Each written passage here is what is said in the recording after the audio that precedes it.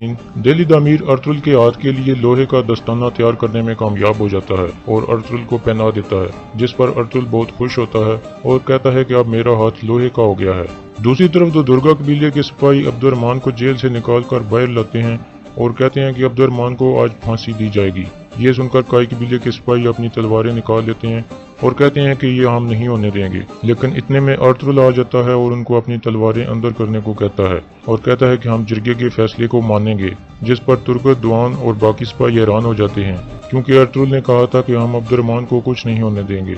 दूसरी तरफ आयतुलन तुजतेकन के पास जाती है और उसे बताती है कि तुम्हारे वालिद ने अब्दुर्रहमान को सजा देने का फैसला कर लिया है, जिस पर तुजतेकन खुश हो जाता है और कहता है कि आखिरकार उनको होश आ गई है। दूसरी तरफ अर्तुल कुरकुत सरदार के खेमे में जाता है और कहता है कि अब्दुर्रहमान मासूम है और उसकी सजा रुकवा दो, लेकिन कुरकुत सरदार साफ इनकार कर देता है और कहता है कि ये जिरगे की अदालत का फैसला है और ये हर हाल में पूरा होगा। इसके बाद वो अर्तुल को अपने खेमे से निकाल देता है। दूसरी तरफ अब्दुर्रहमान को ट्रेनिंग वाली जगह पर लाया जाता है ताकि उसको फांसी दी जा सके और दुर्गा के सब सिपाही गद्दार गद्दार के नारे लगाने शुरू कर देते हैं, जबकि तुर्गत और दुआन सख्त परेशान हो जाते हैं कि अब क्या किया जाए। दूसरी तरफ हाइमा खातून अर्तुल और गुंदोगदो से बातचीत करती हैं और कहती हैं कि अब्दुर्रहमान को बचाना होगा क्योंकि अब्दुर्रहमान मासूम है और वो सुलेमान शाह का काबिल एतमाद आदमी था। दूसरी तरफ अब्दुर्रहमान को फांसी देने की सारी तैयारियां मुकम्मल हो जाती हैं और तुजतेकन अपना हाथ खड़ा करता है ताकि फांसी के लिए आखिरी हुक्म दिया जाए,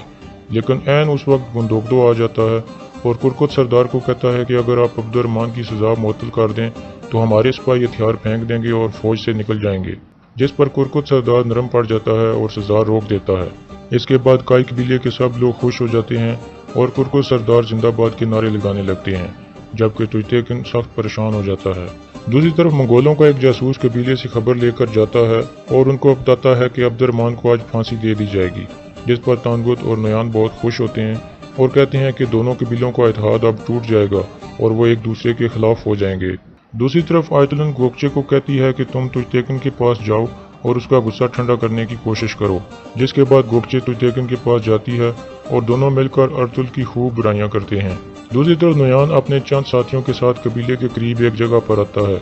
इतने में कोजाबश वहां आता है और नयान को खबर देता है कि अर्तुल बहुत जल्द अपना कबीला छोड़ देगा ताकि दोनों कबीलों के दरमियान इत्तेहाद कायम रह सके, जिस पर नयान कहता है कि अब उसको शिकार करना और भी आसान हो जाएगा। दूसरी तरफ कबीले में रात को तुजतेकन अपने साथियों के साथ अब्दुर्रहमान की जेल में दाखिल होता है और उसको जबरदस्ती एक छोटी सी लकड़ी पर खड़ा कर देता है और उसकी गर्दन ऊपर से बाहर निकाल देता है कि अगर वो हिला और नीचे से लकड़ी निकल गई तो वो उधर ही फांसी लग जाएगा। ये बहुत ही अजियतनाक था क्योंकि पाँव के नीचे लकड़ी इतनी छोटी थी कि दोनों पाँव के कुछ हिस्से ही उस पर आते थे और उस पर खड़ा होना बहुत ही मुश्किल था। दूसरी तरफ अर्तुल तुर्गत और दुआन को कहता है कि कल तुम दोनों गायकली के पास गार में चले जाओ और अगले काम के बारे में तुम्हें बाद में बताऊंगा। इसके बाद वो दिल्ली तामीर के कान में कुछ कहता है। दूसरी तरफ आयतुलन गोकचे को कहती है कि तुम एक अच्छी लड़की हो और एक दिन मैं तुम्हें अपनी बहू जरूर बनाऊंगी। इतने में तुजतेकन आ जाता है और वो भी गोकचे की तारीफें करता है। इसके बाद आयतुलन कुरकुत सरदार के पास जाती है और कहती है कि तुजतेकन ने लड़की पसंद कर ली है